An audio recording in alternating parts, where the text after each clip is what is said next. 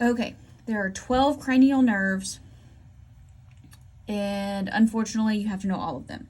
Now, they are numbered 1 through 12, but they are numbered according to Roman numerals. So make sure you know how to write it as a Roman numeral. So the first one coming, and these are the order, the descending order that they are coming off the brain. So the one highest up in the brain, this is going to be the olfactory nerve. I'm just not going to write nerves. The olfactory nerve. This is where you get smell. This is not related to movement. Cranial nerve 2. This is going to be your optic nerve. So this is where you get vision. You know, if you think about the nose and the eyes, these are very high up on the face and in the head. Next, you have the oculomotor nerve. That's cranial nerve 3. That's kind of easy to remember that it moves the eyes. Oculo referring to the eyes, motor, movement. Cranial nerve 4, this is the trochlear nerve. Not really a good way to remember that. It does also move the muscles that move the eye around. All right, cranial nerve 5. Cranial nerve 5 is pretty important. It is called the trigeminal nerve. And it has 3 branches, so that's what the tri is for. Would be easier if it were cranial nerve 3, but it's not. It's cranial nerve 5. So it has 3 branches, and there's sensory gathering for the face, but also this is where we're going to get motor to some of our chewing muscles. So this is actually going to be relevant to material in this chapter. So the 3 branches, here's how they are noted. You have cranial nerve 5, branch 1. So it's not V1, it's 5, branch 1. This is the ophthalmic branch. All right, next, cranial nerve 5, branch 2. This is the maxillary branch. And cranial nerve 5, branch 3 is the mandibular branch. Now I'll show you this in class, but a way that you can help remember which branches do what is if you take your hand like this, and this is branch 1, branch 2, branch 3, and put this portion of your hand right on your cheekbone. And you will see that your thumb points up towards kind of like your eye area or up. Your forefinger will go right along the maxilla, and then your middle finger will go down your cheek right along the mandible. So that's how I was taught to remember them, and I thought that was pretty helpful.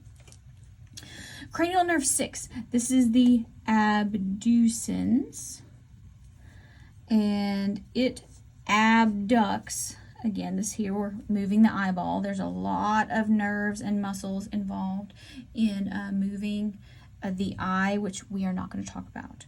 We're not talking about the muscles that move the eye.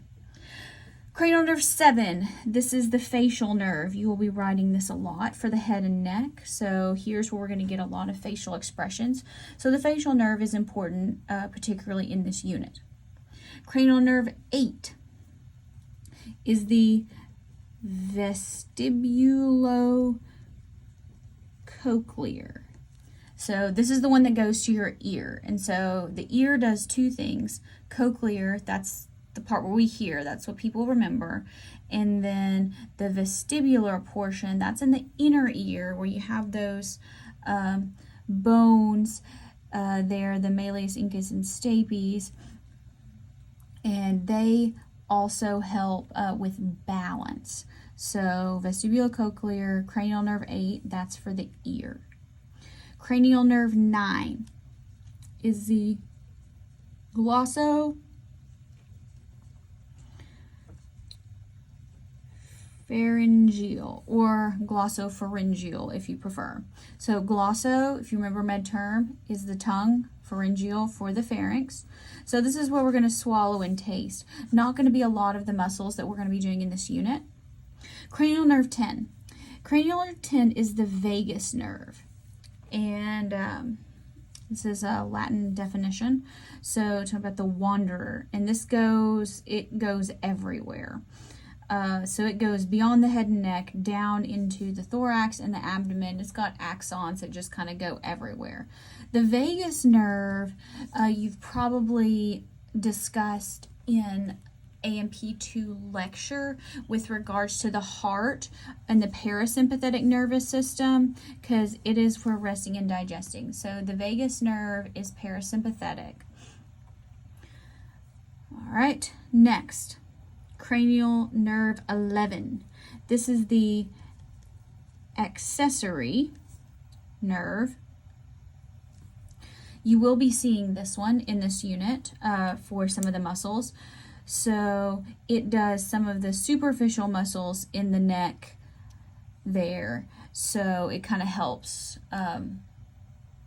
particularly with relaxing. And then cranial nerve 12 is the hypoglossal. So remember, glossal from MedTerm meaning the tongue, hypo meaning under. So this is under the tongue. So that's what it does. All right, so these are our 12 cranial nerves, and there's not really, I haven't really thought of like a good cute little mnemonic.